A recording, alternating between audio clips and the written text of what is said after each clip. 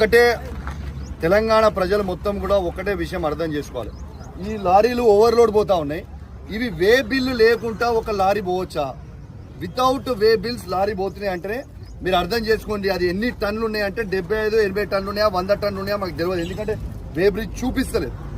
ఇది 101% transport minister గారు పొన్నం ప్రభాకర్ గారి ఆదేశాల మేరకు ఇక్కడ ఉన్న అధికారులు, ట్రాన్స్పోర్ట్ అధికారులు మొత్తం ఎన్టీపీసీ నుంచి తీసుకొని ఖమ్మం వరకు అందరూ అధికారులు సహకరిస్తూ ఇవన్నీ తీసుకుపోతున్నారు. కాబట్టి ఇది 100 కోట్ల రూపాయల స్కాము. డైలీ ట్రాన్స్పోర్ట్ మినిస్టర్ గారికి 50 లక్షల రూపాయలు దీని మీద అందుతున్నాయని చెప్పి నేను ఆధారాలతో సహా లైవ్ గా చూపిస్తా ఉన్నాను.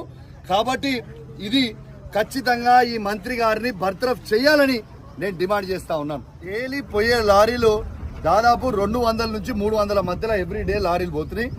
ఒక్క లారీ ఖర్చు 20 నుంచి 25 వేల రూపాయలు అవుతుంది. లీగల్ గా వే బ్రిడ్జ్ వేసుకొని పోతే 32 టన్నులు మాత్రమే తీసుకొని పోవాలి. వీళ్ళు ఒక 32 టన్నుల డబ్బులు కడుతున్నారు లారీ 25,000, కానీ తీసుకుపోయేది 75 నుంచి 80 టన్నులు.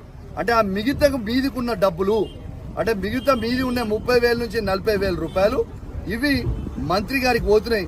ఈ 40,000 రూపాయల నుంచి ఈ 30 నుంచి 40,000 ఇంటూ 250-300 లారీస్ మీరు వేసుకోండి.